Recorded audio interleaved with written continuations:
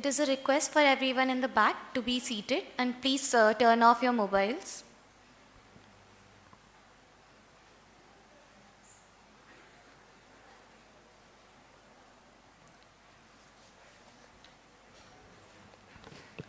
In an era of rapid societal transformation,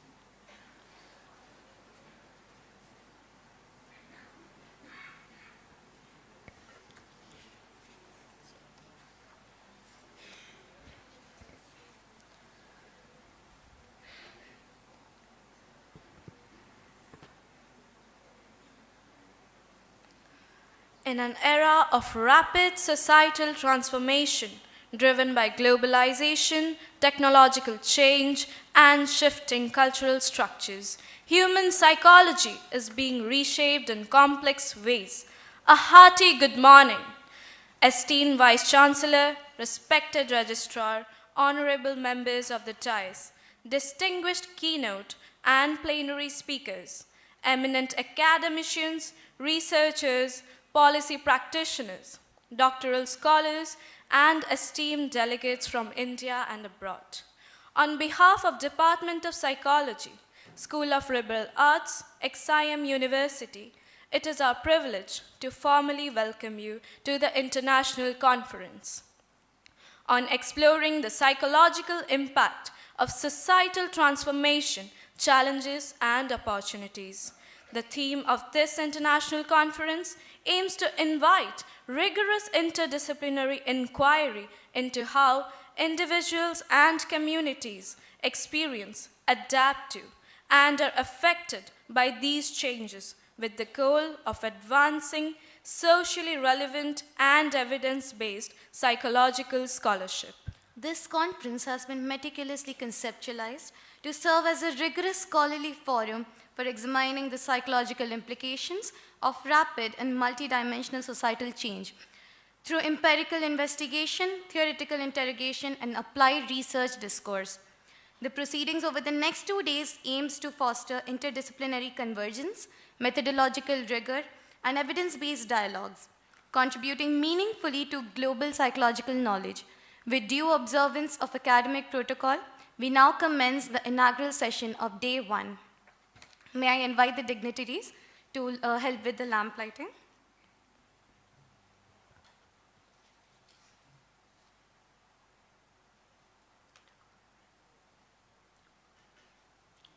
To inaugurate the proceedings in the most auspicious manner, we shall begin with the traditional lighting of the lamp, symbolizing light, knowledge, and hope. It is our honor to invite the honored dignitaries to light the lamp.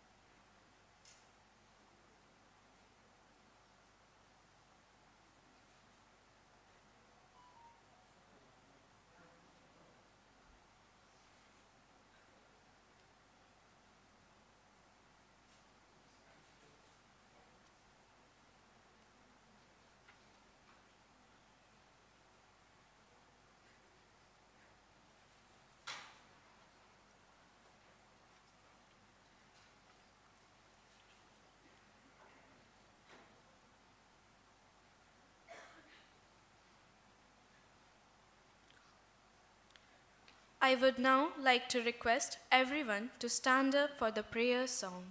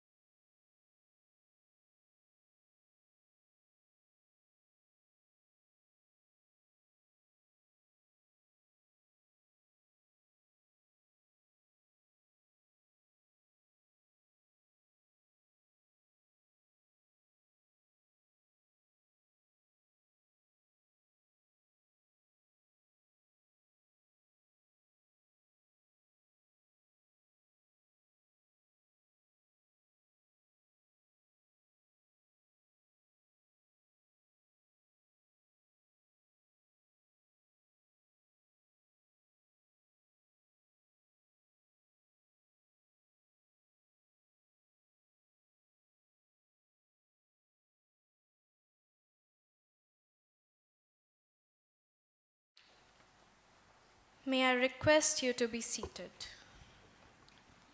Thank you. May this ceremonial beginning signify our collective commitment to intellectual illumination, scholarly integrity, and social responsibility. To formally welcome this distinguished gathering and to articulate the institutional and academic vision underpinning this conference, we now invite Dr. P.V. Padma, Academic Dean, School of Liberal Arts, Exime University, to deliver the welcome address.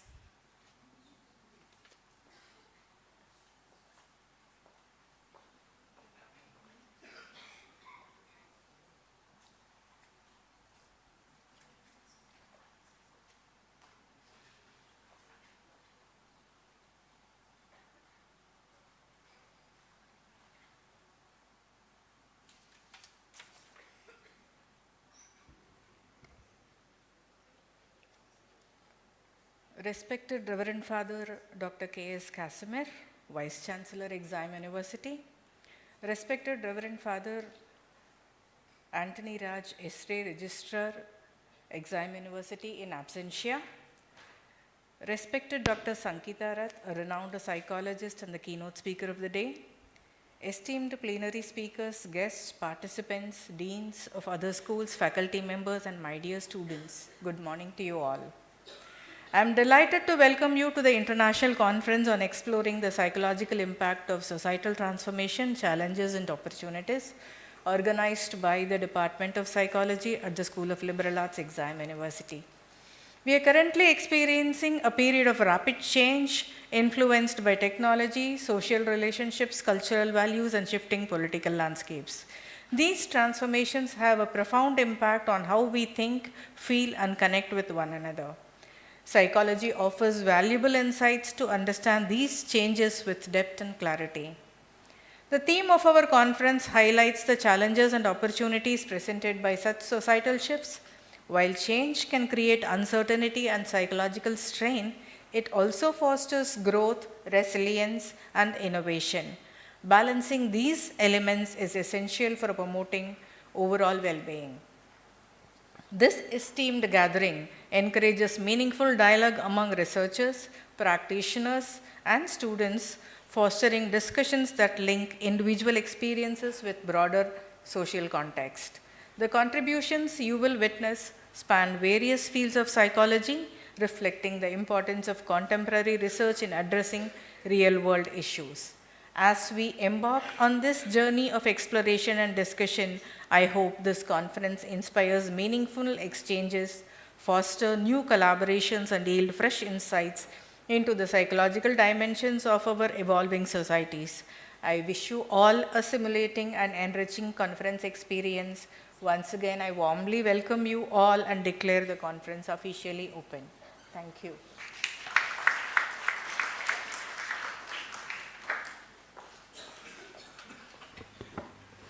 Thank you, ma'am, for situating this conference within a broader academic and institutional framework, for outlining its scholarly objectives.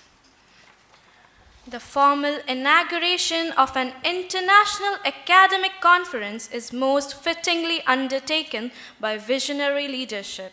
We now have the honor of inviting Reverend Dr. Father K.S. Casimir S.J., Honorable Vice Chancellor, XIM University, to deliver the inaugural address and formally declare the conference open. Please, Father.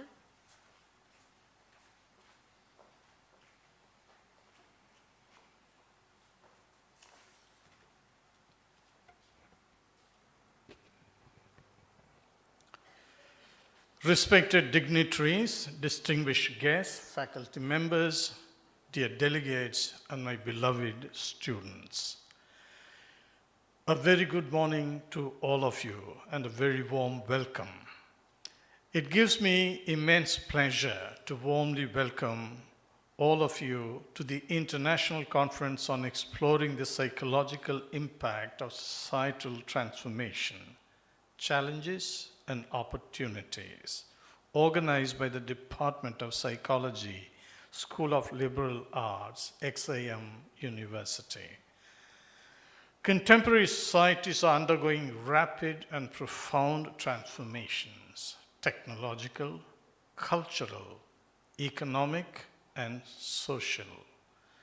These changes deeply influence how individuals think, feel, relate to one another, and adapt to evolving realities. Understanding these psychological processes is not only academically significant, but also socially imperative. In this context, the present conference is both timely and relevant. I am pleased to note that the conference program has been thoughtfully designed over 2 days, offering rich academic engagement through inaugural addresses, plenary lectures, and technical sessions. The inaugural session will feature distinguished speakers who will set the tone for meaningful deliberations aligned with the conference theme. The conference includes plenary sessions by international renowned scholars, including Professor Afra Walter on the first day and Dr. Philip Armstrong on the second day, whose expertise will provide valuable global perspectives on psychological science and societal change. we are fortunate to have eminent speakers with us, including Dr. Sangeeta Rath, Dr. Vasuki Madhivanan, Dr. Kirti Pai. Their talks will help us gain valuable insights from different perspectives. In addition, multiple technical sessions, both offline and online, are scheduled across the 2 days, featuring research presentations on diverse themes such as resilience, mental health, occupational stress, mindfulness, digital behavior, gender, migration, neurodiversity, and ecological well-being. These sessions reflect the breadth and depth of contemporary psychological research and its application to real-world challenges. The theme of this conference underscores the relevance of psychology in addressing present-day social realities. It encourages the integration of theory with practice and highlights the responsibility of psychological science to contribute meaningfully to individual well-being and social progress. I commend the Department of Psychology for its initiative in curating a scholarly forum of this nature. The exchange of ideas across institutions and disciplines not only enriches research, but also fosters collaboration beyond geographical and academic boundaries. I encourage all participants to engage actively with the sessions, share insights openly, and learn from one another.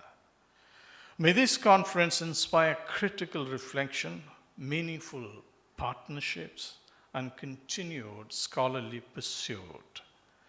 I extend my sincere appreciation to the faculty members, staff, and students whose dedication and hard work have made this conference possible. Their commitment reflects the academic values and pursuit of excellence upheld by XIM University.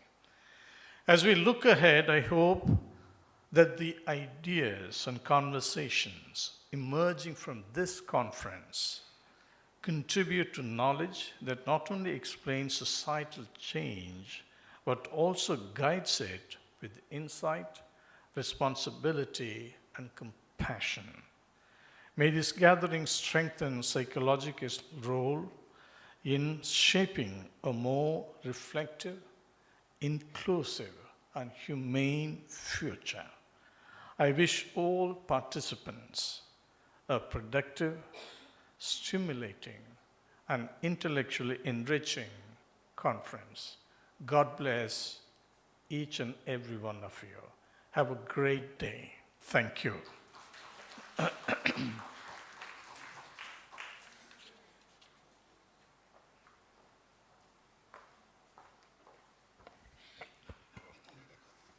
Thank you, Father Vice-Chancellor, for your profound reflections on higher education, psychological inquiry, and institutional responsibility in a rapidly transforming society. We now proceed to a significant academic milestone of this conference, the release of the Book of Abstracts. This scholarly volume encapsulates research contributions reflecting methodological diversity, conceptual depth, and thematic alignment with the core focus of this conference. May we respectfully invite the honorable dignitaries on the dais to proceed with the official release of the Book of the Abstracts.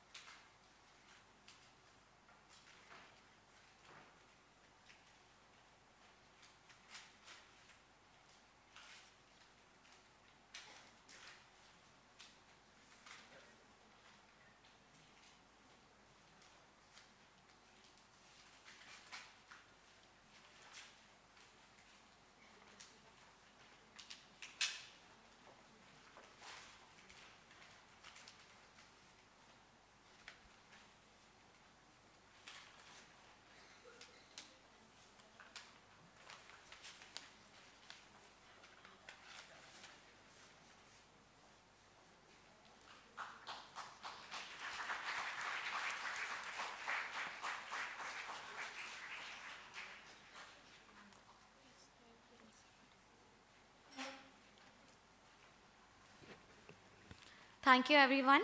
We trust that this publication will serve as a meaningful academic resource and stimulate further research and collaborations.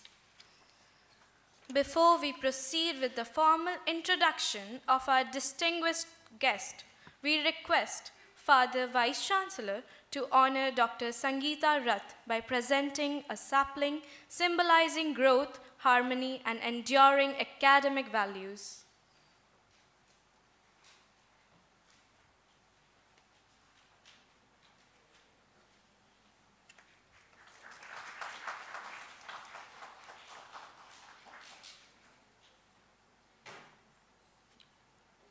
It is our privilege to introduce Dr. Sangeeta Rath, retired professor, psychology, Ravenshah University, and a member of the Odisha Public Service Commission. Dr. Rath's distinguished career encompasses teaching, research, academic administration, and policy-level engagement, making her uniquely positioned to address the conference theme. We now invite Dr. Nazia Arif to the stage to give a brief introduction to our respected chief guest.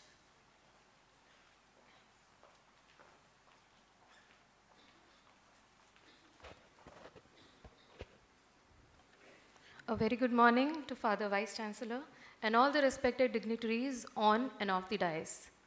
It is my great privilege to introduce and welcome Professor Dr. Sangeeta Rath as our keynote speaker today. With over 30 years of experience in the field of academia, Professor Rath is a distinguished former member of the Odisha Public Service Commission. She has held prominent teaching and administrative positions, including serving as a professor of psychology at Ravenshah University and Utkal University and various renowned institutions across Odisha. A PhD in psychology from Utkal University, Professor Rath has not only earned academic accolades, but has been a trailblazer in research and education. Her deep inclination towards psychology runs in her bloodline, as she is the daughter of Professor Radhanath Rath, the pioneer of psychology in Odisha.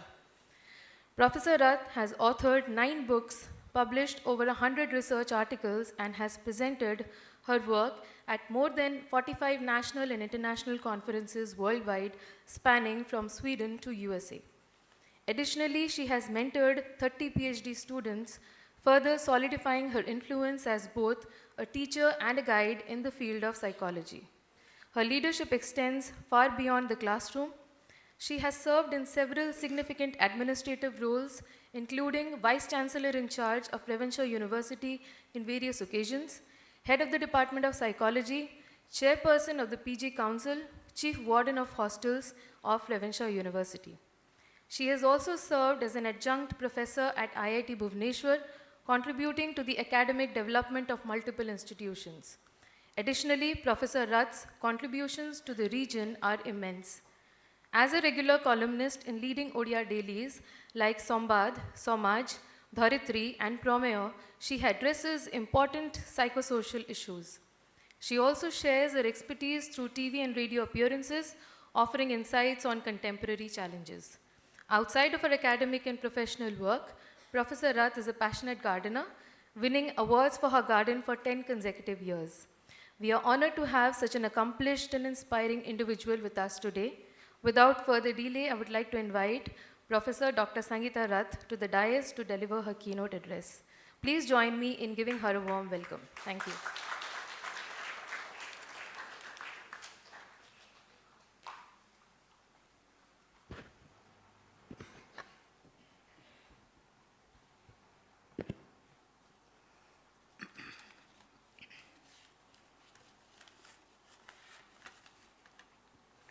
A very warm good morning to everyone present here. Honorable Vice Chancellor, Reverend Dr. Father K.S. Casimir, respected Speaker Dr. Brij Bhushan, esteemed Dean Dr. P.V. Padma, distinguished delegates, respected organizers like Vidya, like Nazia, I don't know all of them. Then valued guest, and dear participants. Thank you, Najia, for a very good introduction. It's a matter of great pleasure and a unique honor for me to address this gathering today, which brings together some of the finest minds in the discipline of psychology.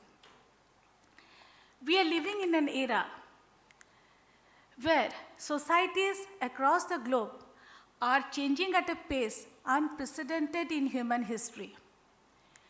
Against this backdrop, exploring the psychological impact of societal transformation, challenges and opportunities assumes great relevance. Today, we find transformation in almost every domain of our society. Technological innovations, digital connectedness, shifting economic structures, migration, cultural transitions are reshaping how we work, learn, think, dream, and even relate to one another. Our family structures are transforming. We are shifting from traditional joint family system to nuclear family systems. Again, having different diverse forms like dual earning families, single parent families, geographically separate families, parents belonging to different cultures, different countries, different communities, different languages. Then in the recent times, we find significant transformation in couple relationships as well. And in the past, marriage was central to family formation and social stability. In contrast, contemporary society has witnessed a growing acceptance of live-in relationship. Many individuals are avoiding long-term relationship in the hope of finding a better partner. However, this continuous experimentation often delays marriage and long-term committed relationship.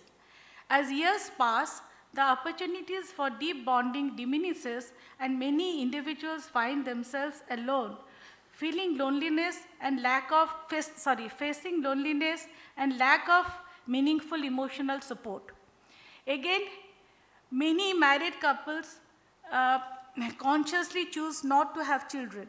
So now several European countries are already facing negative or minus population growth. I'm sure India will be witnessing similar demographic changes in coming years. Now the work culture is also transforming. The technology is changing very fast. The traditional family support system is growing weaker. Values are shifting. Social norms are getting redefined. Even our eating habits and sleeping patterns are getting reshaped. So there is no doubt about the fact that the world is changing faster than any generation before us has ever experienced. Now the most critical question is, what about the mind? Is it truly transforming? Or it is just imitating? Or it is just pretending to cope but not able to cope? Can human psyche truly adapt at such a rapid pace? We all know that accelerated transformation inevitably carries a psychological cost. A mismatch emerges between the demands of the external world and the inner psychological reality. So we psychologists call this phenomenon stress.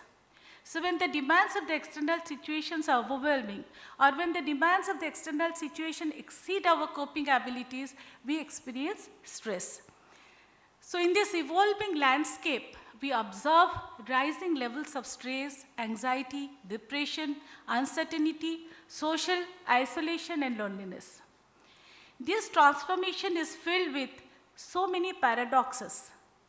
We find many contradictions. Today, people are constantly connected, yet they feel deeply disconnected. Today, people have more choices than ever before. At the same time, they have more confusions due to overload of choices. Too many choices leads to decision fatigue to such an extent that even choosing a toothpaste can feel like it requires a PhD level analysis. Earlier, the individual carried one or two identities, clear identities. Today, we have multiple identities and often unsure which version of ourselves is most authentic. In the past, people were comparing themselves within the neighborhood.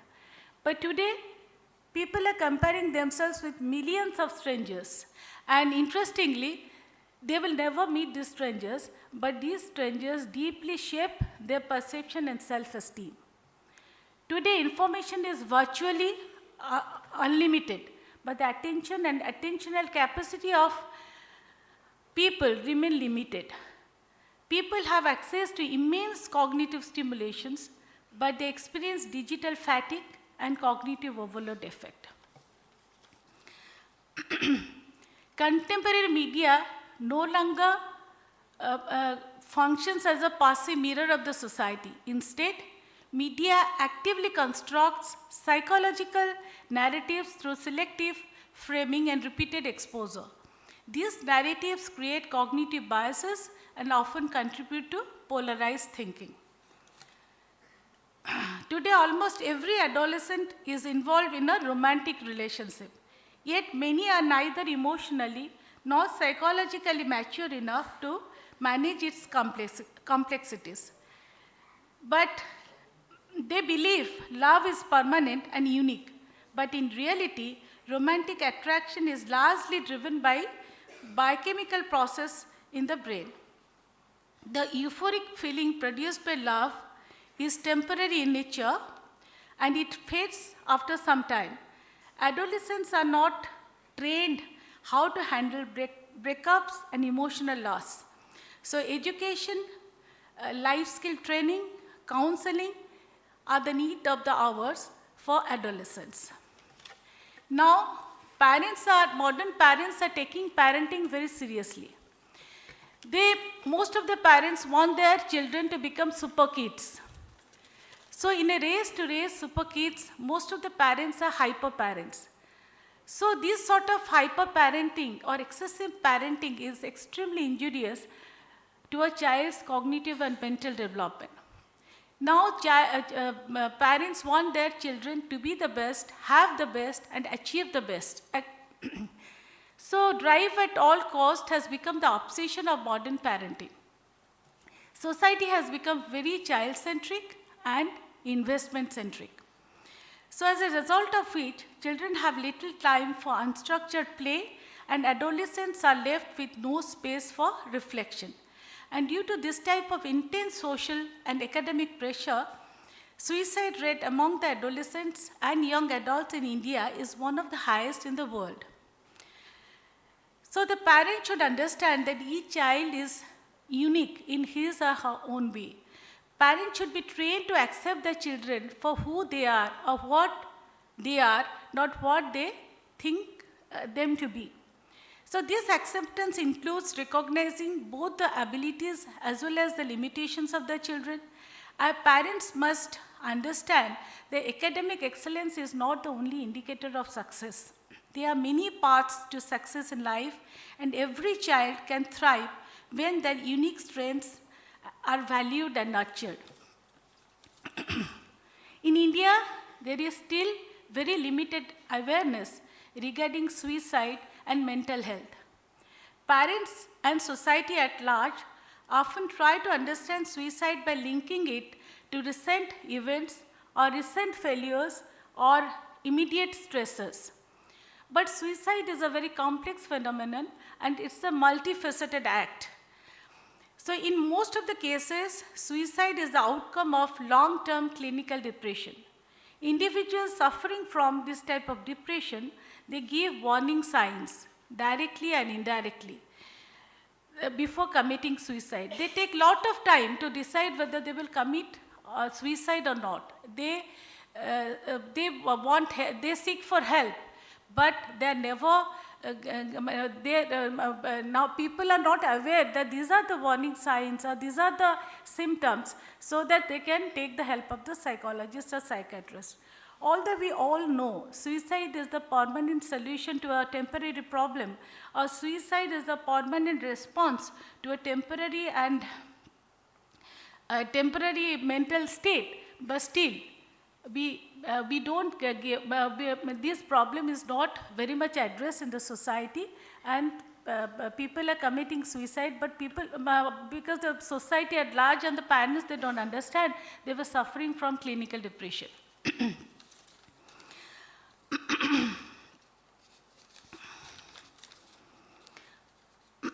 However, every change brings with it an opportunity.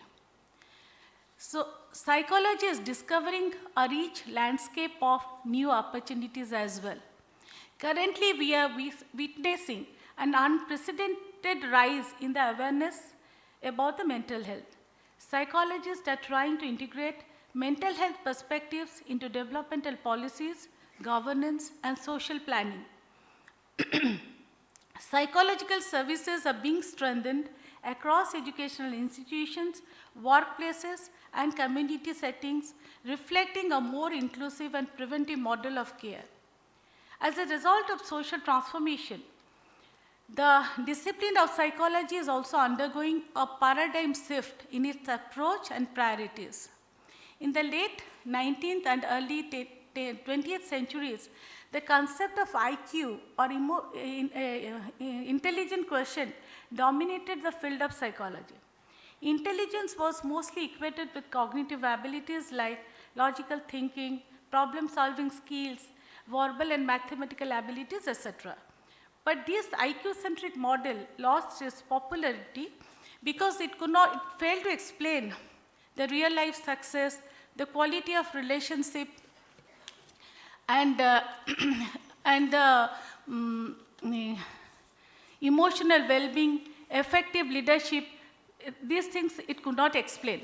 So in place of IQ-centric model, now the EQ-centric model has been introduced. EQ means emotional quotient or emotional intelligence, which comprises of self-awareness, empathy, ability to understand others' emotion, and manage interpersonal relationship. So the EQ has gained increasing importance in recent years. So it is more and more realized IQ defines ability, but EQ defines humanity. IQ makes one smart, but EQ makes one wise. So the focus shifted from measuring intellect to nurturing the whole person within a social context. So it is increasingly realized that emotional intelligence is very, very important, and it can be enhanced through systematic training. Early psychological models often treated the individual as an isolated unit. With the emergence of community psychology, this approach has changed. We try to understand the mental health of the individual within the social, cultural, political, and economic context. Mental health is shaped by the socio-cultural, socio-political, and socio-economic environment in which the person lives. Now, psychologists are playing an expanding and indispensable role in contemporary justice systems. Today, contribution of psychologists is not confined to traditional forensic assessments only. Rather, psychologists are trying to understand online deviant behavior, offender profiling, risk evaluation of cybercrime offenders, and so many things. In recent years, there has been also a significant theoretical shift in psychology from deficit model to diversity model. Traditional organizational psychology adopted a deficit-based medical model, focusing more on limitation and remediation. But modern psychology embraces a neurodiversity model. This model recognizes cognitive differences as natural variations rather than deficiencies. It emphasizes strengths alongside challenges. As per the neurodiversity model, conditions like ADHD or attention deficit hyperactivity disorder, dyslexia are not to be considered as pathologies, but as human variations, emphasizing inclusion, dignity, and strength-based engagements in workplaces. The emergence of health psychology in 1980s changed the way the health and illness was perceived and understood. Till the last part of the 1980s, we were understanding health and illness, or we are conceptualizing health and illness in terms of physical processes. We believe that mind and body are separate entities, and mind and body function independently. Mind is not capable of influencing the body, and the body is not capable of influencing the mind. This is known as the biomedical model. So according to this biomedical model, diseases are caused by either genetic predispositions, or it is due to some defects in the anatomical structures, or it is due to some imbalances in the chemical compositions, or it is due to the exposure of viruses and bacteria. Similarly, treatment was made in terms of vaccinations, surgery, chemotherapy, or administration of drugs. So for last 200 years, this biomedical model was dominated the field of psychology and medicine. But today also this model is very prevalent, but still we find now why this model was dominated the field of psychology for 200 years. Two antecedents are responsible for the establishment of the for the development of the biomedical model of medicine. So first of all, in 1859, Darwin established the theory of evolution. He wrote his famous book, The Origin of the Species. So he tried to establish through his theory that we are all part of the nature, we are developed from the nature, we are all biological beings, and we have only the biological identities. And at that point of time, there was invention of microscope. So there were more work on microscopy and autopsy medicine. So, and it was also realized that these microorganisms like viruses and bacteria are responsible for development of different types of diseases. So for this reason, for almost 200 years, this biomedical model was very much popular. But now we find that this biomedical model has certain shortcomings and limitations. Why?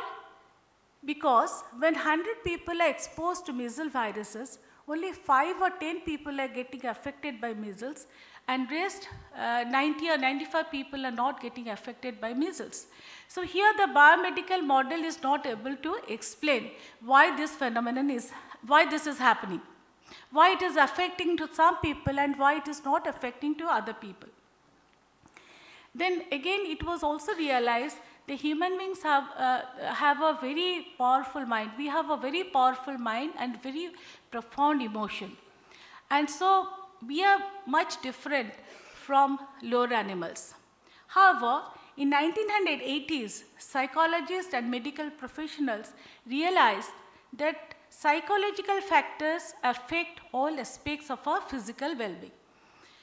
It has been proved that our attitude, our behavior, our thinking, our feeling, our cognition, our expectation, our personality actually determine the physical health or physical condition.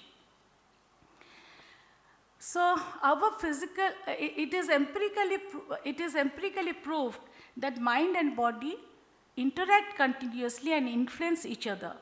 Psychological factors are not only the consequences of illness, rather they are contributing to illness. So because of the close interdependence of mind and body, it is increasingly clear that mental health and physical health are intimately related. For example, when we are afraid, the adrenaline hormone gets activated. When we are angry, annoyed, or agitated, epinephrine, norepinephrine, and cortisol hormones gets activated. So,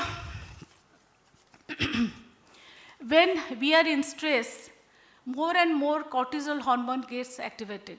Stress makes the body vulnerable to different types of illnesses. Repeated exposure to stressful events lead to increased blood pressure, increased blood sugar level. It also increases the probability of cancer. Stress also affects our immune system. So it was observed why college students are developing the upper respiratory infection and influenza flu just before the examination. the psychologists try to collect the saliva of the college students. So this saliva contains immunoglobulin A. So immunoglobulin A is the primary defense against infection. It protects our body from infection. So it was found when the saliva was collected and examined, just before the examination and after the examination, it was found the immunoglobulin A secretion drops before and drops during the examination, and again it rises and comes to the normal level when the examination is over. So see, when we are in stress, some immunoglobulin secretion which protects from different type of infections suddenly drops. So when we are in stress, our immune system is also getting affected. When we are happy, all the positive hormones are active. All the positive hormones like endorphins, dopamine, serotonin, they get activated. Our immune system is protected. If we are happy, we will never fall ill. And when we are in love, oxytocin hormone gets activated. So the boys and girls, boys look very handsome if they are in love, and girls look very beautiful when they are in love. Because no beauty parlor, no cosmetic surgeon can make them so handsome or beautiful when they are in love, because of the influence of all these hormones. So it is always desirable when we are happy, the biochemical composition or the biochemical secretion of our body is different. When we are unhappy, the biochemical secretion is different. So our biochemical composition changes corresponding to our mood. So it is always better to remain happy, satisfied, and but in our culture, happiness is less valued in our culture. We give too much importance on achievement, accomplishment, but we don't give any importance on happiness. However, so this biomedical model was rejected. In the place of biomedical model, now the biopsychosocial model has been accepted, or we are adopting the biopsychosocial model. So according to this model, the health is the outcome of the dynamic interactions of biological factors, psychological factors, and social factors. Without healthy mind, there cannot be a healthy body. In many modern health problems, the role of the psychologist is increasingly crucial. Then earlier in 19th century, 20th century, due to the influence of abnormal psychology or clinical psychology, more and more emphasis was given on individual pathology. But with the emergence of positive psychology, more and more emphasis is being given on happiness, resilience, trust, and all the positive things, well-being. So in the 19th and 20th century, psychologists were analyzing people in terms of what is wrong with them. But now the perspective has changed, the orientation has changed. In the 21st century, psychologists are analyzing people in terms of what is right with them. It is more and more realized that psychology is not the science of pathology. Or psychology is not the science of limitation. Or psychology is not the science of deficit or deprivation. Or psychology is not the science of dysfunction. Rather, psychology is the science of variations. Psychology is the science of strength. Psychology is the science of virtues. Psychology is the science of well-being. Psychology is the science of resilience. Psychology is the science of empowerment, and psychology is the science of happiness. Psychology is science of discovering one's inherent potentials and maximizing them. Treatment in psychology is not fixing what is broken, rather realizing what is best in the person.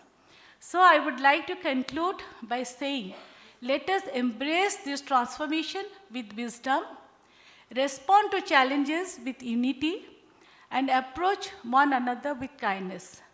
The greatest challenge today is to stay human, to stay calm, to stay patient, to stay kind, and to remain connected and grounded. I believe these are the true psychological superpowers of our time. I'm sure this conference will spark new ideas that will help individuals adopt with dignity and resilience and inspire new pathways for healing and inclusive progress. Thank you very much.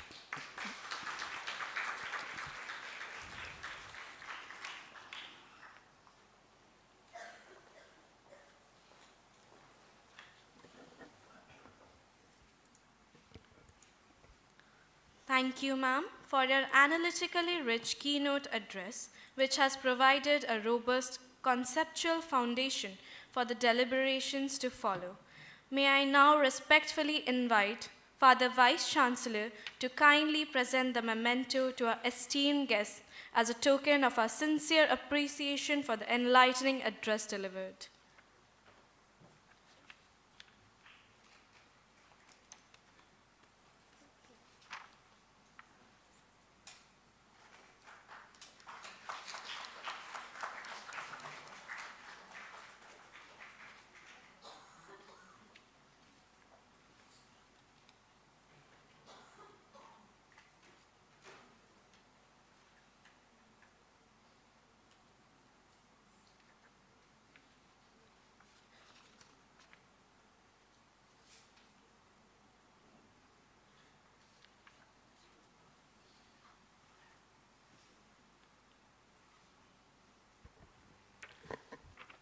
As we now proceed to plenary session 1, before the formal introduction, we would like to request Father Vice Chancellor to welcome our esteemed guest, Dr. Braj Bhushan, with a sapling.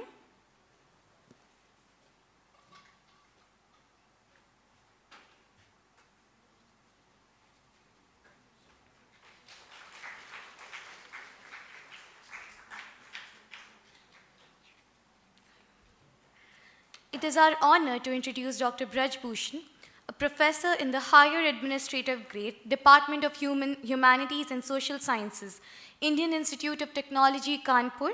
His scholarship integrates social psychology, behavioral science, and interdisciplinary research, offering critical insights into human behavior with complex social systems. To give us more insight about the guest, I would like to request Professor Abdul Karim to come onto the stage and introduce our esteemed guest.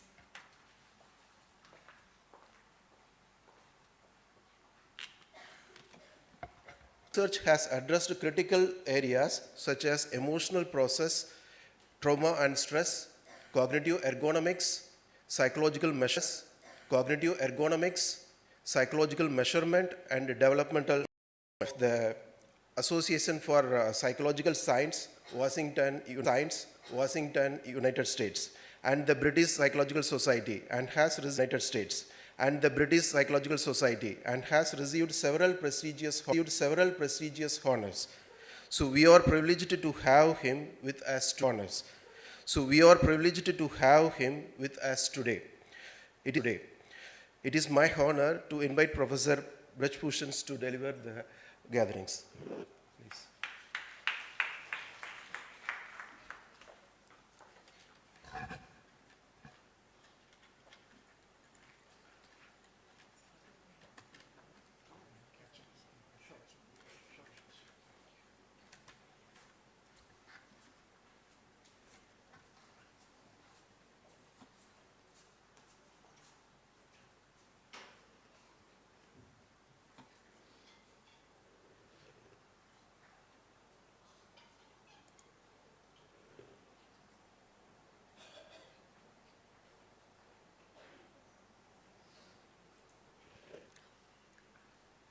Let me do it.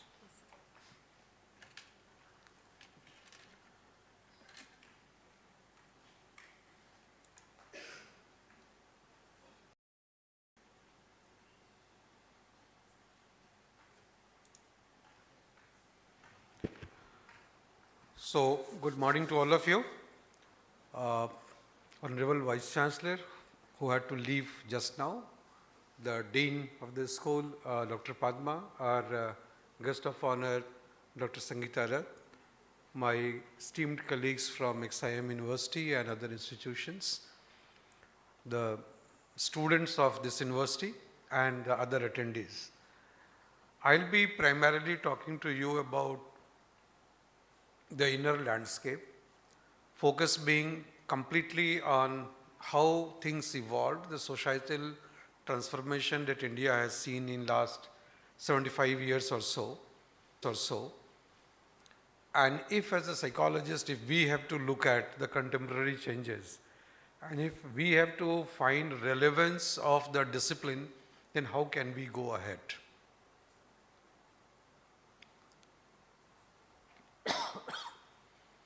Societal transformation for the purpose of convenience.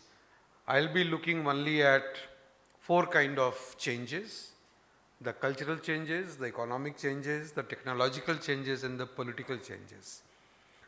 The 4 kind of changes that India has witnessed in last 75 years since independence. And then we will try to see that how as a psychologist we can extract threads which can be of relevance irrespective of the area in which we work, right?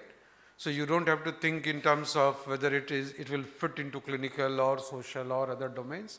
If necessary, I'll try to intervene there as well.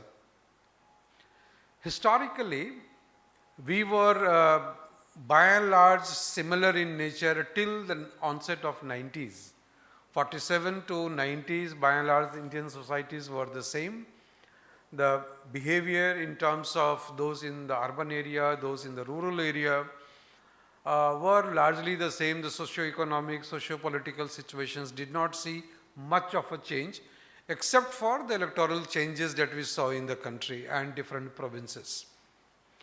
But since 90s, things started changing, and it changed for something much better, and we never realized that the world is going to transform so rapidly.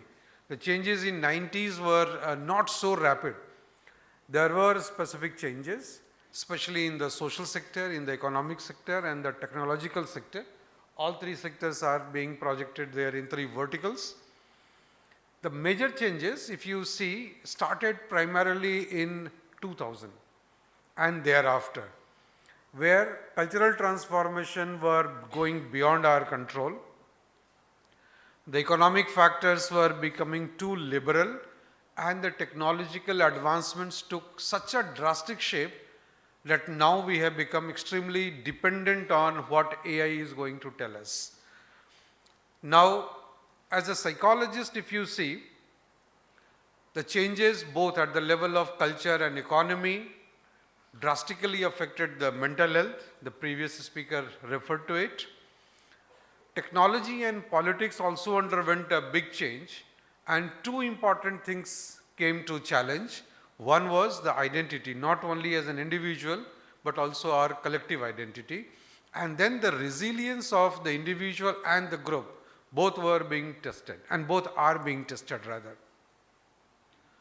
Gradually, except for politics, which I leave right now, I'll focus on the changes that has taken place at the level of culture, at the level of economy, at the level of technology, and how it is affecting especially different domains which will have to do with identity, resilience, as well as mental health. And towards the end, my focus would be more and more on the mental health issues. Just going to the historical context, if you look at the past transformations, we had the major milestones in the history of India, the Industrial Revolution that brought prosperity to us, that brought food stability in a greater sense. And then in 2000s, that was the time when globalization made everything global. Things which were not available in the Indian market suddenly was available in abundance. And then started the digital age. Everything was concentrated to the mobile handsets that we carry now. What were the psychological response? This is exactly the aggregate of the responses seen worldwide. Nothing is specific to India, but there is no variation also. It's not that Indians behave differently compared to the rest of the world. Anxiety took a bigger chunk of our life. because we had to adapt to the rapid changes that was taking place. And there was whole lot of demand for innovation, where we Indians largely moved towards copycat behavior, whereas some selected countries like Japan, countries like Finland, they went more towards innovation. So they would innovate the technology and we will blindly adopt it. China took a very different turn. No, it went with the cheaper version of the products. We went for a little higher version of the product, which was technically not so superior, but then still it was expensive. But then psychologically we are not more engaged into what happened in Finland or China or Japan or how Indians were behaving. Our idea is only to understand that what was the actual changes that the Indian culture, the Indian people, the Indian society experienced during Indian Revolution, post-globalization and post-intense development of the digital era. And here we find that the first major change that we saw was in terms of the neglect of the mental health. Why I say so? The entire industrial revolution, the entire green revolution that we saw, it was all towards productivity. So two things were never looked at. Where are the labors migrating from?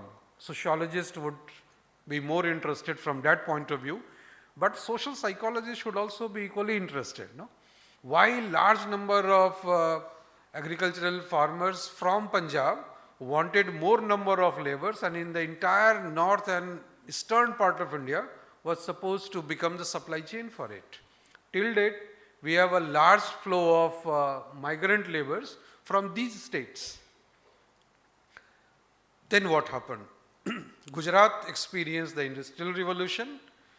Students of psychology who are familiar with the historical antecedents, Atira came there, the first association for the industrial psychologists. Later on, IIM Ahmedabad came into being. Now, all of this was there to ensure that there is a development in terms of increased productivity. Industrial psychology, now popularly known as organizational behavior, that emerged as a field of study with all borrowed content from the West.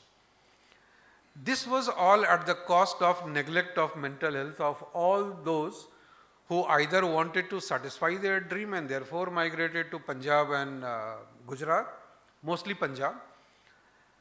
And then there was very little support system which was available. So if you look at the development of clinical psychology in India, started at Ranchi with the lunatic asylum there, later on which was declared as the Central Institute of Psychiatry, and then the development of and establishment of Nimans at Bangalore, right?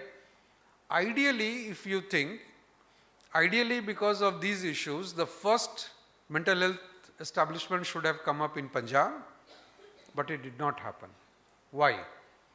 The migration took place in Punjab, in the western side of India, and the lunatic asylum and mental health care was developing in the eastern side of India, right? And the national center went to the southern side of India, right? So we as the student of psychology should relook at the growth and development of psychology within the country from the historical context. What was happening in contemporary India, which resulted into the development of other aspects within India at different locations. Two most important things, sociologists have again worked largely on this. India has seen social fragmentation, right?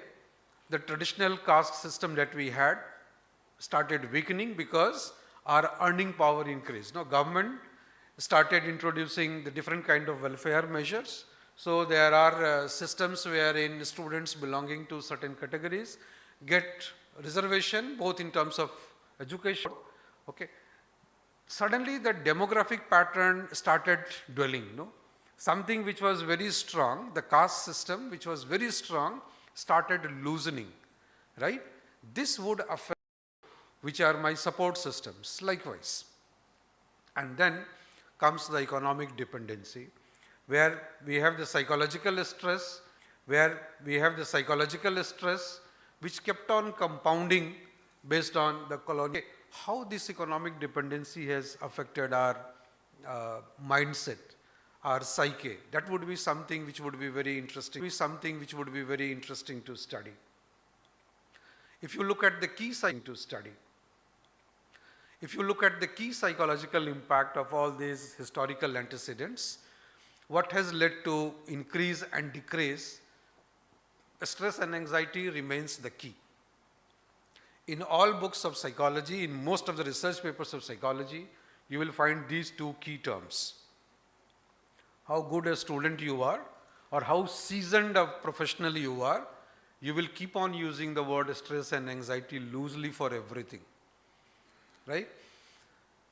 All these changes that we have seen is full of all kinds of uncertainties, job insecurity, and the shift that we find in the culture is one of those variables that can be thought in a different state, right? Where the food is different, where the language is different, where the practices are different, traditions are different. Okay. The family which has migrated, at least in the central government services, at 2-3 places, learned many things. They learn multiple languages, they start looking at different occasions to celebrate. So all these cultural shifts, whether it has expanded, whether it has diffused the identity, whether it has consolidated the identity, is individual identity adding to the national identity, all such kinds of things can be studied, and which would be very, very unique in terms of study coming out from India. Identity crisis, of course, this is something which is talked about in social psychology, in sociology, where people only refer to loss of tradition. People do not talk in terms of diffusion of traditions, right?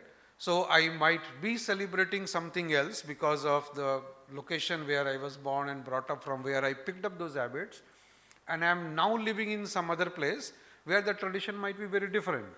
So as to look not as a stranger, I might adopt certain things from the local environment. So what I borrowed from my childhood days and what I grafted later on in my adult life, these two things can merge. This is not a loss of tradition, rather this is diffusion of two traditions. Okay. So how identity works, right? These two things can be very easily looked at. Community bonding and polarization also needs to be looked. As I mentioned earlier, social fragmentation is something that is talked about, but we talk only with reference to disintegration that we see in the society. I see that all disintegration will lead to some new cohesions. Okay. We as social creatures cannot live independently. So if I dissociate from you, I will associate somewhere, right? So all social fragmentation would lead to some kind of a social cohesion at some level. And this is something that social psychologists should look at. Look at other positive sides that we see now. Innovations in mental health support. There has been a big change in this country and elsewhere also. Online therapeutic sessions are available. There are mental health apps nowadays, right? Crisis intervention, which was thought that now there is a big gap in terms of the crisis seekers and the caregivers. Online platforms are available to mitigate those problems. Awareness campaigns have fructified. We have empowered ourselves through social movements. There are activism going towards collective identity. Transgender, all other kinds of preferences, whether in terms of social identity, sexual orientation, my caste as an identity, my political identity, things which were supposed to be talked in small groups, in insiders group, now are topic of debates. And then we also have the hybridization in the culture, where we have diversity and we have new forms of expression. Okay.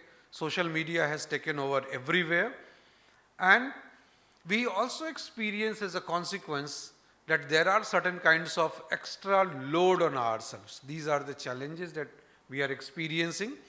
Digital overload being the maximum. Okay. Whether you like it or not, there are 10 apps. You may be using 2 or 3, but there are those are also enough to engage you completely throughout the day. So you might be sitting in a conference room, but still half your time goes in the mobile phone, because every time there would be some ringtone telling you, alerting you of something that you have received. Whether you like it or not, at least you would glance through it definitely. Okay. What has this resulted into? If you are a student of cognitive psychology, neuropsychology, attention span has shrunk to 3 minutes now. Okay. There are greater sense of reported isolations now. So you engage yourselves, you remain online round the clock, but still you feel you are isolated. There are strong lines of division. So the polarization, political polarization has increased, and so has the cultural divide. The likes and dislikes are very openly shared in the social media, and you are supposed to take sides. There are also tensions, the kind of content that you share, the kind of words that you use to express yourself doesn't match with those who are in your elder generation. They don't like your tone, they don't like your words, they don't like the content that you see. Okay, all of this has now led to different kind of changes. The kind of societal transformations that we see, and I would compliment the organizers to this city was in 2006. This is the 4th visit, and I see things growing, and you don't know where it is going to stop. Roads which were not so populated between twin cities like Cuttack Bhubaneswar or Puri Bhubaneswar, now you don't find that these two places are two different cities. No? It appears as if things are running in continuation. Now, all urbanizations require people to migrate. So you might be originally from somewhere, but now you migrate to Bhubaneswar. You are forced to live here for some time, whether because of education, because of job, because of healthcare issues, and finally you decide that you have spent more time here, and therefore you sell your original property elsewhere to settle down in a flat in Bhubaneswar. Okay. Displacement has its own stress, especially when you are displaced at a much later stage. Okay. In your 30s, 40s also it's challenging, but if in your late become like this, and then you also realize that although you thought this was your city because you have stayed here for 20 years, 30 years, you realize that you are no one here in this city.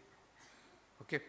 So when you sit on the chair here, you are someone. When you move out of the room, you may be someone. On the street, you are no one. And such drastic shift in your identity, just changing the physical location by a few meters and your identity changes. Okay. This has its own strain on your mental health. Okay. This is something which has not been studied very well. Crowding, you might have read in social psychology, but overcrowding, this term you do not find in the books of psychology, right? So there is a fertile ground for the budding psychologists to do some novel work and reshape the way the Western psychology provides you new kinds of constructs, theories and processes. Look at the digital revolution taking place. Right from information overload that I referred to some time back, we now have social comparisons and isolations. I am no more happy with a like. Okay, I want to count the number of likes, right? I would like to post something, and irrespective of whether somebody who is known to me likes or not, he or she will put a like button. Okay, all those who don't put a like button are no more my friends, right? I may have thousands and thousands of friends on social media, but when I am in crisis, even my neighbor doesn't open the door, right? So are the contrast in the real world that we see. And something that we never heard of, cyberbullying was not a thing that we would hear of. We knew of bullying, but never heard of cyberbullying. Digital arrest is a new term for us. We never heard of digital arrest. Okay, addiction, which compare how your brain would behave. Thank you. You have now studies which tells you how your brain behaves when you are addicted to morphine, nicotine, versus when you watch pornography, internet content, right? When you read text or even when you scroll your reels, there are amazing studies which tells you how the electrophysiology of the brain changes when you engage yourself for a substantially longer period. These are the kind of societal transformations that we see, and the students of psychology would and should look at those things. Family structures are undergoing change. The previous speaker talked about it. Shift from joint to nuclear families, the isolation of the elderly population, and the stress of parenting is something which was there, but it has increased. Examination pressure was something that we never thought of. In my childhood days, I can tell you that we never used the word I am stressed because of exam. You are either prepared or you are well prepared. There were only two terms. There was not even the term used like I am not prepared or not so well prepared, right? Whether you get 30 marks or you get 60 marks, you are good. Today, even 95 is not so good in some houses. In some houses, 90 onwards is good. Things have changed, right? And this has induced a different kind of a pressure, which again needs to be studied again in cognitive psychology, experimental psychology, educational psychology. Education, if you have B.Ed, M.Ed program, special education, where education is now looked upon as a pressure on me, right? This has led to all kind of issues, including the fact that how do I choose my career. Sometime back in the morning before the inaugural session, we were talking why this university has so many women candidates in psychology, right? And I said that no, this is not a phenomena everywhere in the country. I must also share with you sometime somewhere I had gone, and there the issue being discussed again in those kinds of isolated rooms where people with grey hair sit, the topic of discussion was that the not so good students come to psychology. And I remember a professor from Delhi University said that no, only the toppers of this country come to my university. So this is not true. So what is true for one university is not true for the other university, right? This subject has not to do with excellence in terms of a score. This subject has not to do anything with the gender, right? This has to do with the passion that you have. And this is a subject that will keep you engaged throughout your life. Believe me, I accidentally landed up in this subject more than 35 years ago. And today also I have the same feeling when I read a new paper, when I write a new research paper, I feel equally happy. The experience that I had 35 years ago still continues with me. So all you need to do is that you need to find out what is it that excites you and then continue doing that. Excitement lies everywhere, whether you are in the operation theater performing a successful surgery or you are just looking at exam as a pressure, right? So exam anxiety and burnout. Anxiety we have studied, burnout we have studied, okay, but exam anxiety and exam burnout, something to be studied. Rise in suicide rate, of course, it has increased and we need to look at it. Again, there is a variation. Across India, the suicide rate is not the same, right? And farmer suicide and student suicide should not be equated. So if you are very keen on doing something great in psychology, for which you would be recognized worldwide, try to draw a line. Okay, that if you are looking at suicide ideation, contemplated suicide or successful suicide, okay, how is suicide of one type different from suicide of the other type, farmer suicide versus student suicide, right, and so forth. Just to give you an indicator that although we are referring to education as a more source of pressure here, you would find that the highest number of suicide is not done during the student life. It is done in the early career phase, right? It is not done when you are unwed. It is done when you are married. So you have a support system, still you commit suicide. You have a financial independence, still you commit suicide, right? So there are things which needs to be looked at from a greater depth. Caste is something that we refer to. very superficially. Now empowerment has taken place. Both those who belong to certain sector of the society, they feel empowered. Those who were supposed to be the second sex are now the dominant sex, right? There are progressive policies which has created opportunities, but has it also created psychological conflict? Is it that families are parting away because the other sex has become more dominant, either socially, financially? Is power equation something which has undergone a change in the family? Is there a power equation only between the husband and the wife, or children have become more powerful than their parents? So the center of power has suddenly shifted. Okay. So these are things that needs to be looked at. There are internalized operations, right? You may be part of the marginalized group. You realized you came through certain scholarship scheme to the university to realize that you are not part of that group. You are made to feel that you are an isolate. So your worth as an individual versus your acceptance in your own contemporary society, it's something that needs to be looked at. Okay. And then gender role confusion is something that we have been looking at. Sociology, psychology both look at it. But remember one thing, these are concepts which are more dominant in sociology than in psychology.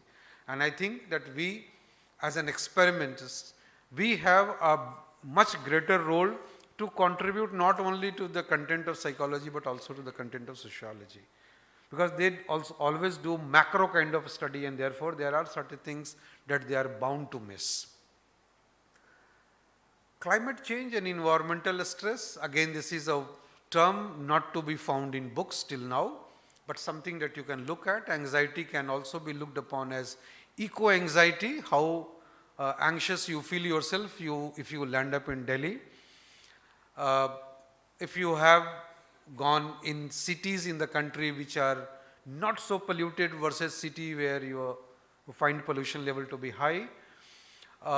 Cities where you realize that your texture of hair or the smoothness, the touch that you feel on the hair changes, okay, because you are using different water for bathing, leads you to anxiety that I will have to stay here for 3 years. I don't know how many hairs will be left on my head. Okay. So those kinds of eco-anxiety, loss of livelihood of course, is something that we have not studied so well in psychology, although in economics and sociology it has been studied well. I think we psychologists should learn from there. If you get a chance, do look at a domain of study within economics called behavioral economics. Behavioral economics use psychology more than we psychologists use for analysis, right? They analyze what we used to call as consumer behavior is now part of their curriculum as behavioral economics. So they look at choice, decision making, right? All these things have become part of economics, and we need to catch up, otherwise economics only get Nobel Prize, psychologists do not get. No? Daniel Kahneman did not get prize in psychology because there is no scope for it. But he was recognized for his work which was more in terms of application of game theory to choice making, which gave him the Nobel Prize in economics, right? So those of you who are interested in Nobel Prize should look for behavioral economics rather than looking exclusively in psychology. Coming towards the end, coping has been a favorite topic of psychologists. Okay, coping resilience. I'm just giving a caution to the young generation here. If you look at the moderate quality of journals in this country or elsewhere, you will find the dominant statistics being used in those papers are correlational research. Okay, so they would report correlation. At max, they will go up to beyond coefficient value, they will go up to talking about beta and R squared if they go for regression, or they will report the T or the F value, not beyond that. The methodological rigor within psychology has changed. And therefore, if you really want to be a very good scholar in psychology, you also need to develop great competence in the statistical techniques, if not mathematical. If you are good at maths, if you have interest, then also go for mathematical modeling. Okay, that will give you the upper edge. Many people do not practice this in our country, but this will give you a global recognition, and of course, within country you will get a recognition for that. Just coming towards the end, coping and resilience, most of the studies published in India use correlational statistics, and therefore they do not tell you anything except that if you are high on resilience, you will cope faster. This is something which is commonsensical. This is what even correlation coefficient value will also tell you, right? Therefore, I mentioned that if you read good books, if you read contemporary good quality journals, there you would realize that the world has moved forward, much, much ahead. So resilience and coping, if you want to do nowadays, you will have to go for higher modelings like predictive modeling, where you would predict. Okay. So for instance, if somebody has to cope as a student of XIM University in the exam in psychology, will the same degree of resilience required by a student of the Department of English within the same university versus a student of psychology, say in some other university elsewhere in India, versus some other program in some other university elsewhere in India or elsewhere? Prescription will not be the same. Medicine is changing. There is now a new word called precision medicine, right? Precision medicine simply says that even if you are using Calpol, the same Calpol is not to be given to different individuals. Your Calpol has to be different from my Calpol, right? So this is called precision in medicine. Especially in psychiatry, there is whole lot of focus on precision medicine, right? So if you look at the changes which are going on in contemporary society, you will realize online therapy session, helpline services and wellness apps. There is a rise in all three of them. Interestingly, the recent data shows 400% rise in the download of mental health apps on mobile phones, 400%. This also shows that we have become more cautious, and this also shows that we have a future as psychologists, right? There is also a 65% of users which are between 18 to 34 year of age. Remember, 21 onwards, or either I should say that 24 to 45 or so is the age where resilience, coping, suicide, these things have their prominent presence, right? Whereas 65% of this 400% only belongs to 18 to 34. So still 34 to 45 age group is left out, right? People who say that they have seen the world enough, whereas they haven't. Okay, they might have gray hairs, but not because of their experience, right? So this is a population that we need to look at. So if you are interested in counseling psychology, clinical psychology, there is still much to be done. And very interestingly, there is a very interesting finding that I thought I must share with all of you, that the digital mental health market in India is projected to grow at 28.16% of our per capita income, right? That means quarter to what Indians will earn will be spent on digital health applications, right? So even if you are thinking of opening your own clinic, do go digital, right? If you have to survive in the years to come. And this market is estimated to go up to 62.86 million by year 2032. We are in 26, right? So 6 years from now, those of you who are in your undergrad will have completed your masters. Those who are in your postgrad would be in the profession by that time. This is the gap. Now I am exclusively concentrating on the mental health burden. Right, if you look at the Indian scenario, only 15% of the Indians get the kind of help that they need, right? So Indians who are into clinical or counseling domain, we still have to reach to 85%. Structural inequity remains in this country. So poverty, social stigma and unemployment at one end, lack of trained psychologists, psychiatrists, community health workers at the other end, and more than 1 billion people living with mental health condition in this country, where only 15% of them get the service.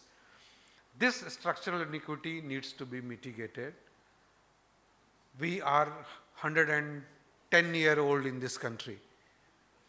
First Department of Psychology, when it was established in Calcutta, since that time to 2026, it's 115 years of existence of psychology in this country, but this inequities remains. And therefore, we have to look in terms of prevalence, in terms of treatment gaps, in terms of economic impact, and also in terms of the regional variations.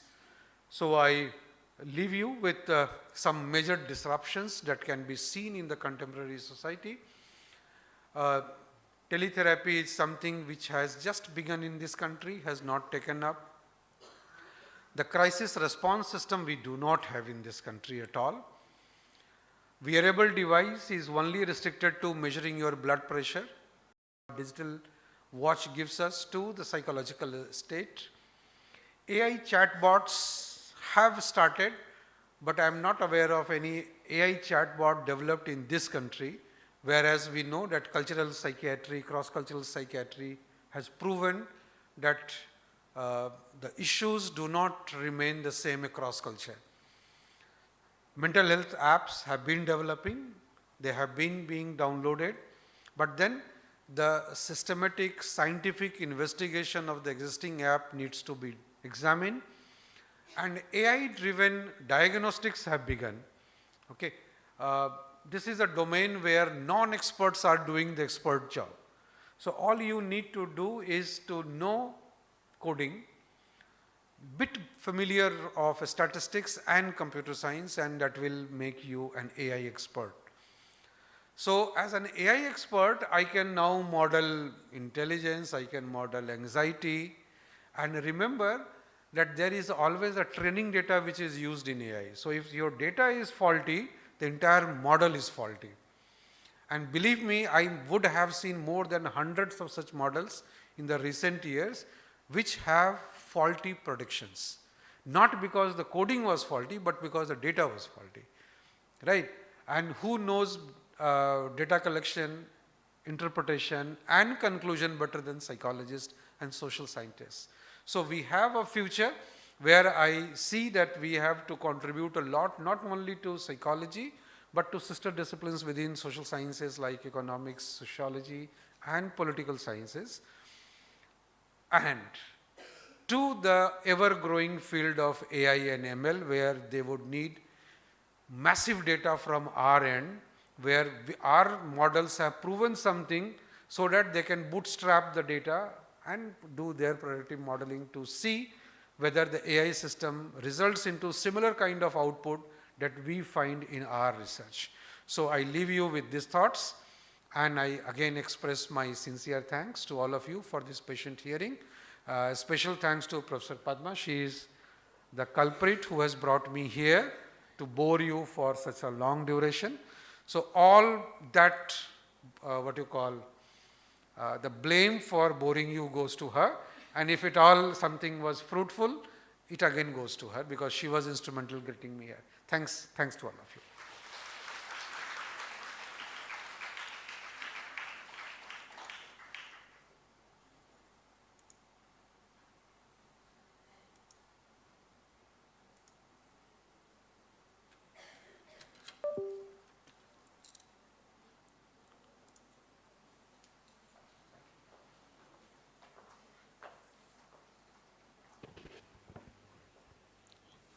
Thank you, sir, for your comprehensive and intellectually rigorous plenary address. We now open the floor for some question answers session. Kindly raise your hands, mics will be brought to you.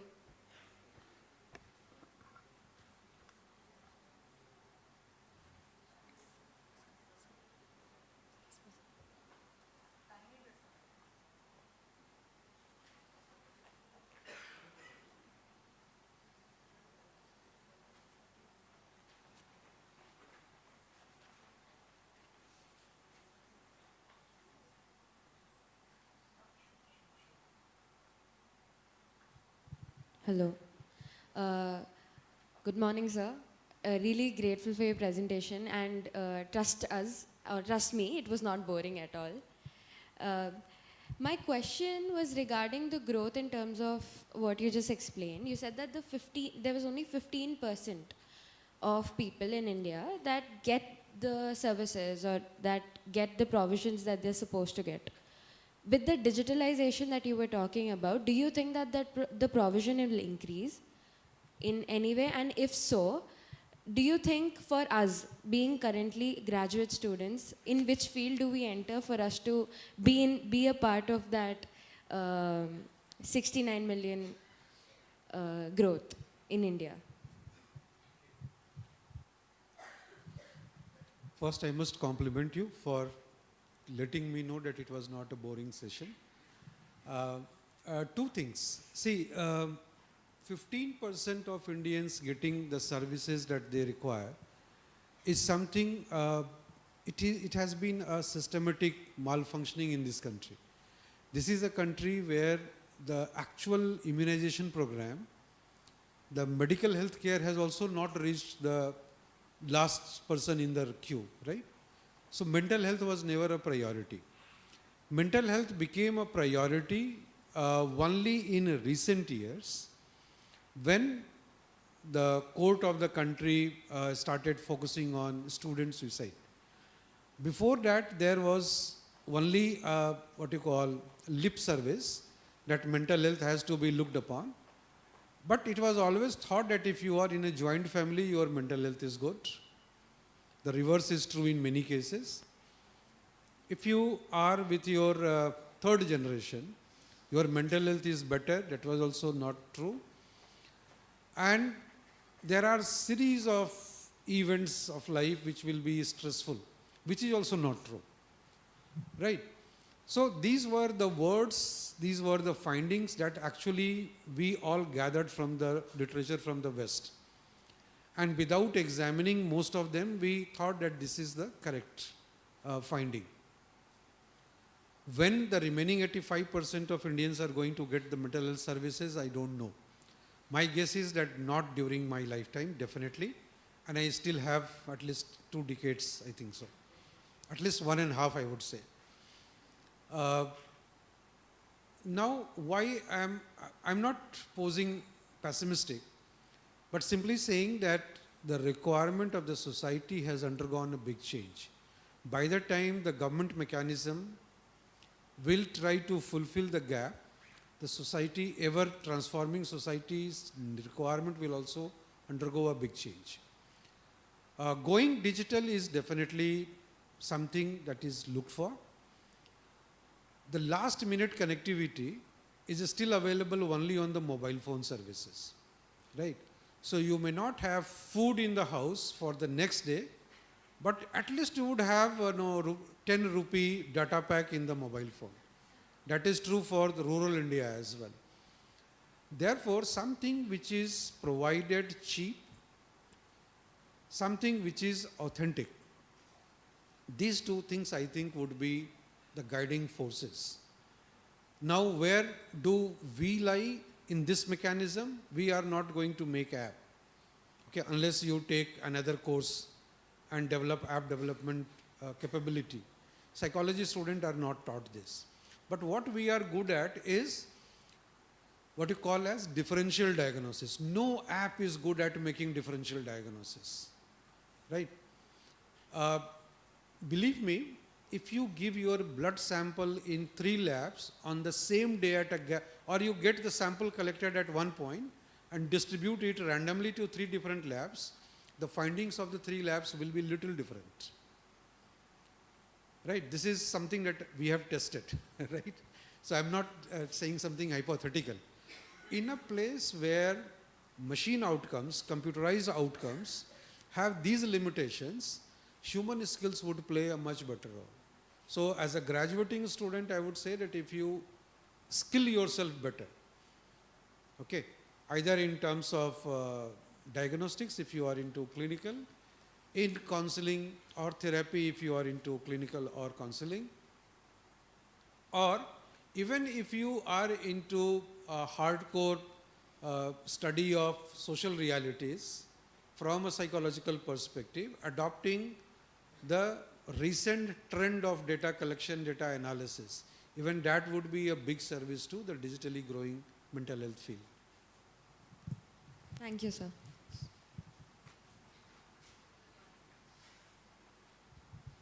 Good morning, sir. It was a wonderful presentation. Thank you so much for it. My question is, you mentioned in your presentation that economics students or people in the field of economy, when they're using behavioral economics, they are more into psychology than we are. And sometimes sociologists are using more psychology than we are. So where do you think that somewhere we are lacking behind in taking into account the actual complexities of the societal transformation? And how can we from this level, because as graduate level students we are still at a very bottom level, we still have a lot to learn and a lot to grow. So where do you think we can train ourselves to grow better so that we can give our best to the society at current? Good that you asked this question. Couple of things. We in psychology, and that has happened to approximately all disciplines, they have decided to remain happily within their own periphery. So as psychology student, I will not read other subjects. As economics students, they don't read other subjects. Good students are those who would always try to test the boundary of their subject, right? So if you take my words, I'll have some advisory for you. Number one, never trust your teachers, what they teach in your class. Why I say so? Why I say so? I am also a teacher, but still I am saying this. Why I say so? I have studied a subject which is too wide, which is too deep. I have understood one segment of it little better, right? And I can explain only a part of what I have understood. There would be a whole lot of things that I have not understood. I will never be able to explain it to you. So don't take my words to be the cardinal truth. Read the subject matter yourself. Your teachers might not have told you, okay, what is already there in the subject, but because of limited knowledge, because of limited, test the boundary of your subject and try to peep into the boundary of other subjects. What are they doing? One. Second, try to be methodologically very robust. Unfortunately, in this country, in last, I would say, 15 years or so, there has been an overemphasis on qualitative approach to studying psychological processes, right? I haven't seen any thesis, any work in sociology in this country which is quantitative in nature. Their quantitative is frequency count. Mean and standard deviation is the highest that they do in sociology, right? The world has changed, right? All statistics that we study as part of psychology program, if you read good journals of sociology from elsewhere, okay, they do all kinds of statistics, mathematical modeling, statistical modeling, right? Brain scanning, everything is used in psychology. So if you still keep on using correlational research, you are outdated. So try to go beyond the methods that are being taught. Also try to see which methods were developed in other disciplines of studies but can be extended to my domain, right? So do those kinds of studies, right? I'll just give you an example. I'm not sure if you are familiar with Halstead-Rayton test. Okay, Halstead-Rayton test was a test. Okay, just Wechsler Adult Intelligence Scale, everybody knows, right? Why books are flooded with that? Okay, and Wechsler test is marketed very well by Pearson in India, right? These are the two reasons, right? Read how Halstead-Rayton test was developed. Statistical method was used, just the way you go for looking at the factor analysis and looking at the coefficient value. And then he started using the Halstead-Rayton test battery on patients who had lost certain areas of their brain and were in the neurology departments, to say that whatever is statistically true is also biologically true. You need to have that kind of a vision, okay? Then the chances of success increases manifold, right? Third, do not get dissociated from social realities. We psychologists, we have been happy with what Thorndike said, what Kohler said, what Kafka said. Nobody knows what Tripathi said, what Rath said, what Das said. Right? So try to study the discipline from that point of view. Okay. Sociologists, they are very good because they have studied Indian society like anything. Economists have studied in Indian economics is a separate discipline, sub-discipline within their economics domain. Okay, we do not have that kind of what you call development within psychology. We are still infested more and more by the Western paradigm. Okay, so these are the things I think if you take care of, future will be a little better than what it is today. Thank you, sir.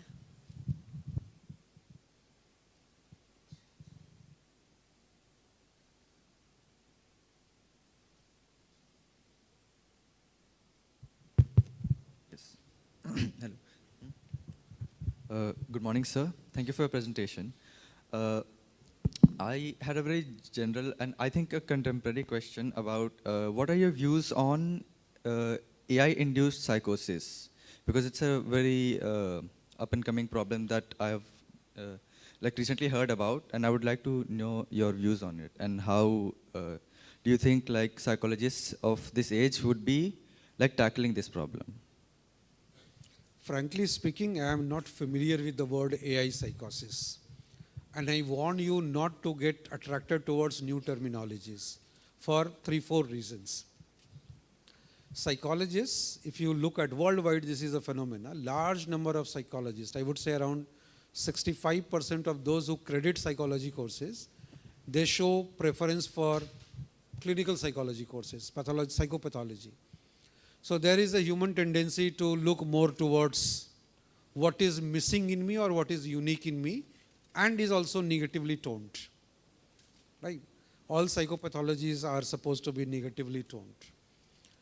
Psychologists are also too familiar with neurosis and psychosis, and AI is a buzzword for today. Right? Think of situations. If I am addicted to looking at reels, if I am addicted to certain kind of images or messages, that only tells me that I am hooked to certain phenomena more than few other phenomena that are surviving in my surrounding. Right? Does it really make me psychotic? My answer is no. It doesn't. But if you have to write a newspaper article, you would definitely use a fancy term. Right? These are terms which are dropped by people who do not have expertise in this domain. Those who are experts will never use this term. And unfortunately, people in the domain of AI and ML, they think that they know the world. Right? Their prediction is far more than what God himself or herself would have predicted. Do not get enthused by those kind of things. Why? You write a code where something is bound to yield an output. Right? So if you are even little familiar with coding, you can write the code wherein the byproduct of X, Y, Z will result into M. Right? And whether you know X, Y, Z or no, your code will result into some value of M.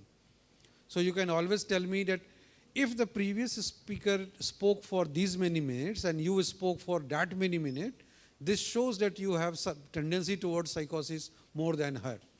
That kind of prediction can also be made if you write a code like this. And I'm more than confident that both of us are normal, right? So don't get hooked by these terms. Don't get fascinated by these terms. Right? Psychosis is really, I would say, too deep a problem to be taken care by the expert consultants, okay, and should not be a talk of the town as if this is AI psychosis or ML driven psychosis. These are only fancy terms.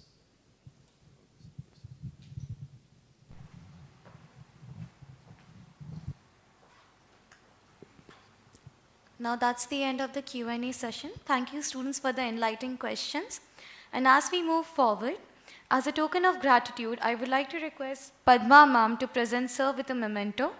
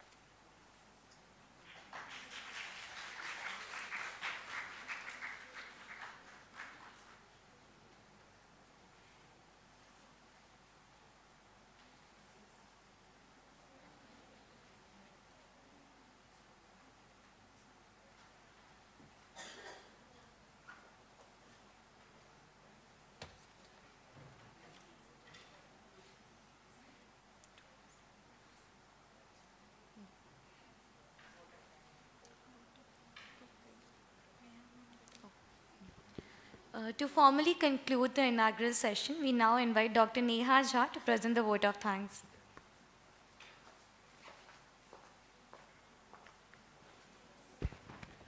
Thank you, Lavanya. Good morning, everyone. It is my immense privilege and honor to propose a vote of thanks at the conclusion of this inspiring inaugural session of the International Conference. I extend my deepest gratitude to our esteemed keynote speaker for today, Dr. Sangeeta Rath, for gracing this occasion with her esteemed presence. Your insightful address has not only formally inaugurated this conference, but has also set a profound and visionary tone for the deliberations to follow. I extend my heartfelt gratitude to the Honorable Vice Chancellor, Exim University, Reverend Dr. Father K.S. Casimir S.J., for presenting such a thought-provoking and illuminating inaugural address. His perspective added significant value to our gathering. My heartfelt thanks to Professor Braj Bhushan for the plenary speech. His ideas have certainly given us a powerful framework to begin our discussions. We owe a profound debt of gratitude to Dean SLA, Professor P.V. Padma, for her vision and leadership. This transformative conference began as an idea in her mind, and it is her initiative and commitment that brought us all together today. My sincere thanks to academicians, faculty colleagues, delegates, and participants for your enthusiastic presence. You are the heart of this conference. The energy in this hall is a promise of the engaging exchanges as we will have over the coming days. As we embark on this intellectual journey, let us carry forward the momentum from this inaugural session. We look forward to a conference filled with stimulating discussions, meaningful networking, and collaborative learning. Thank you all once again. Have a wonderful and productive conference. Thank you.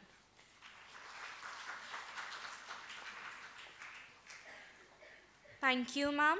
Now I would kindly request the dignitaries to proceed with the high tea and everyone else to be seated.